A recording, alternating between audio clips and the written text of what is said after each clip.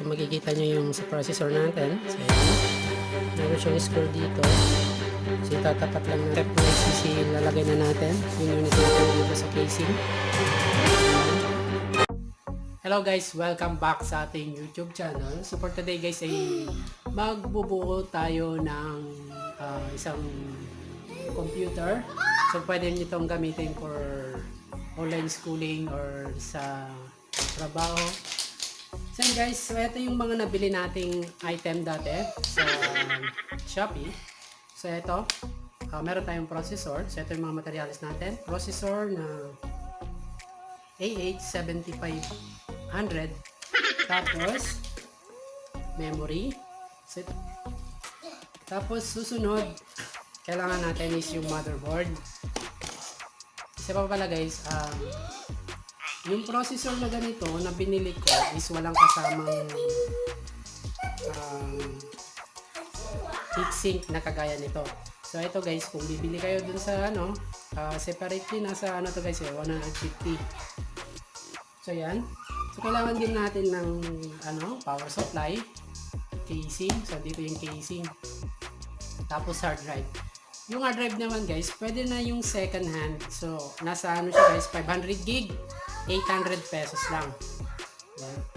Or pwede naman kayo mag SSD na lang. Okay. Pwede rin yung SSD guys, nasa 1,100.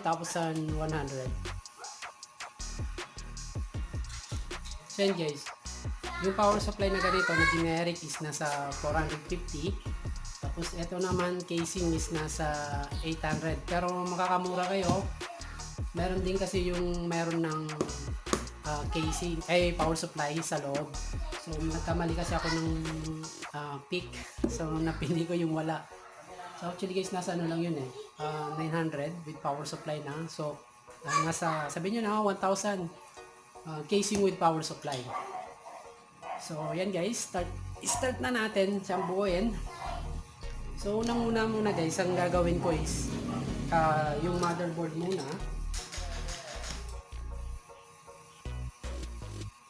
So yan guys, so unang-unang ginagawa ko muna is i-test kasi hindi ko pa na-test yung board kung working. So bubuuin muna natin, tsaka natin ilalagay dito sa may casing. Kasi pag sira na ito, babaklasin na naman natin. Pero at least malaman muna natin na working siya bago natin i-salpak dun sa may casing. So yan guys, tanggalin na natin.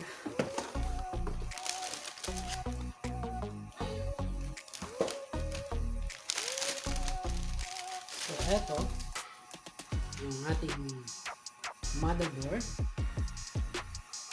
So yan.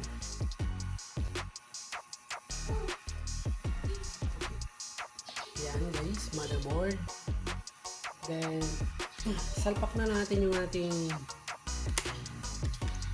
processor.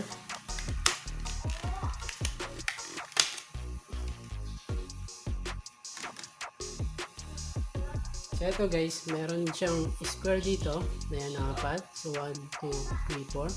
So ito itatapat nyo siya dito sa may board. So meron din yan dito sa board guys. Ayan. Dito, so mapapansin nyo rin dyan. 1, 2, 3, 4. So ayan. Dapat itatapat nyo lang siyang ganun. So ayan. So iangat lang to. Okay.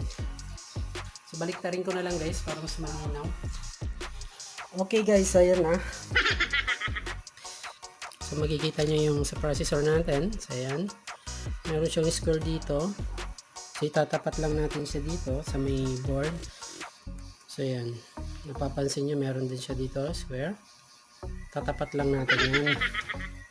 So unang-una guys, isiyangat muna natin to. Itong lock nya. Ganyan. So kung makikita nyo, umangat siya dito. Tapos tsaka natin ito isalpak. Ganyan.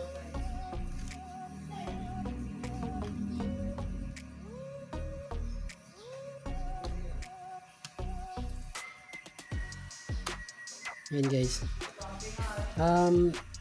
Minsan kasi guys, pagbaliktad siyang ganyan, so hindi siya mahulog. So kung mapapansin nyo, nakangat lang siyang ganyan. So dapat tapat talaga. So So ayan, pag may katapat na, matik na yan mahulog. So ayan. Okay, tapos ilalak na natin. Pag ganyan. Okay guys, so next step is nilagay natin ito. So actually ito is galing sa ano to guys A4 ay A6. So etong gagamitin natin dito ngayon kasi walang kasamang ito. So tignan natin. So gamit tayo, ito pa pala guys, kailangan natin thermal grease. So lagay lang dito sa may gitna.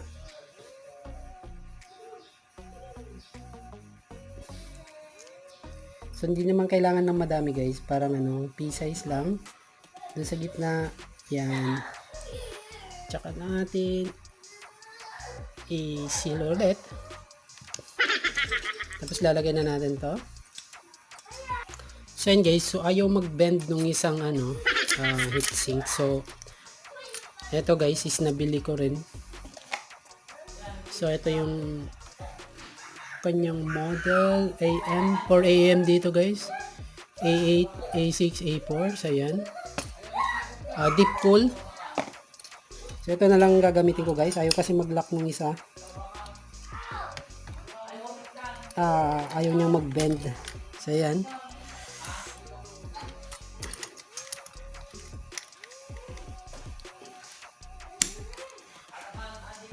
so yan guys, nalagay na dito.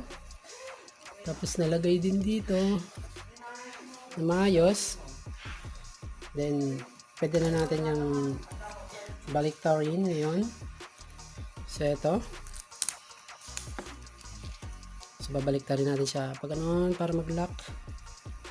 Yan. So yan, mahigpit na yan. So sa tingin ko guys, mas maganda to compare dito. Mas malaki yung panya.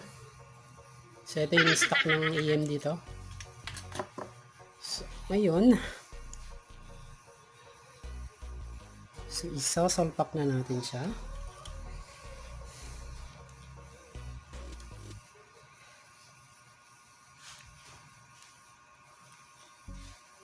Sibol lang natin ng konti. Yan, saka natin ilagay dito. So tatlo lang naman. So tatlong pin lang yung ano nyo guys So ayan. So ayan din sa fan. So, okay. Okay guys, so next step, pwede na natin isalpak yung memory natin. So eto yan.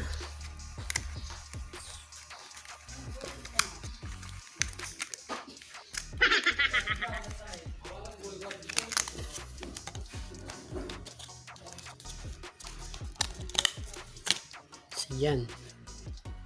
Ayan natin. Pag ganyan.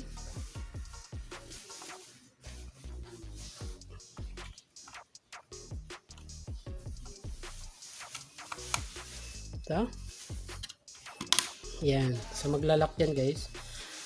Pag sa memory guys, ito. Makikita nyo maglalak siya dito. Ito papasok doon. Ganun din dito sa kabila. So yan.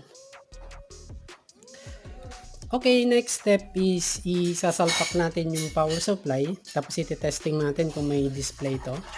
So sasalpak din natin yung ano natin, hard drive. Actually guys, may laman na kasi yung hard drive na yon. So mag-work na yung dapat. So ayan, sa BGA. So wait. So ayan guys, so dapat ito yung BGA natin is may salpak din natin dito sa may monitor. So yan, dito sa may likod, kita ko lang. So dyan, so dapat nakasalpak din dito. Baliktad. Yan, tapos higpitan.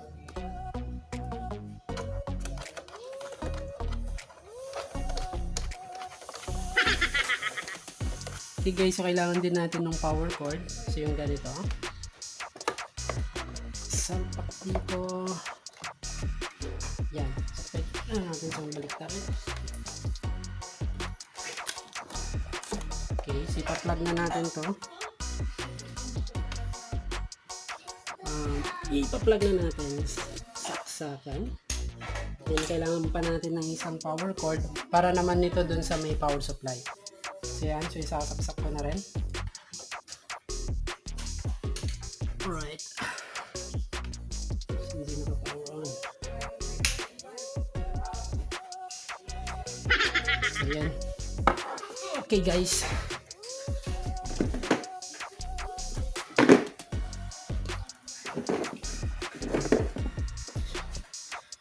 So ang gagawin muna natin is i-testing natin ito pag working. So i-testing muna natin itong board natin.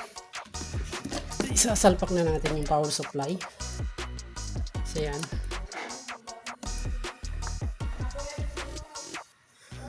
Ang connection niya sa power supply guys is actually dalawa lang naman. Yung 24 pin at saka yung ito yung 4 pin. So yan. So ito para dito. Yan. Tapos yung 24 pin dito sa may board. So yan.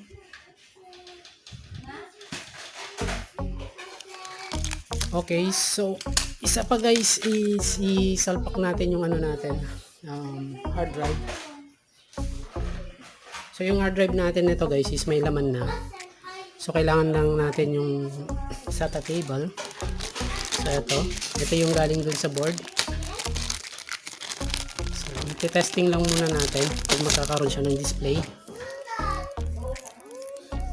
Pag may display na, so pwede na natin siyang isalpak dito. So yung iba guys naman na walang, so ito muna, salpak muna natin itong SATA, tapos yung power nya magagaling dito. So ito yung power supply guys So ito, yan. Okay, so testing time.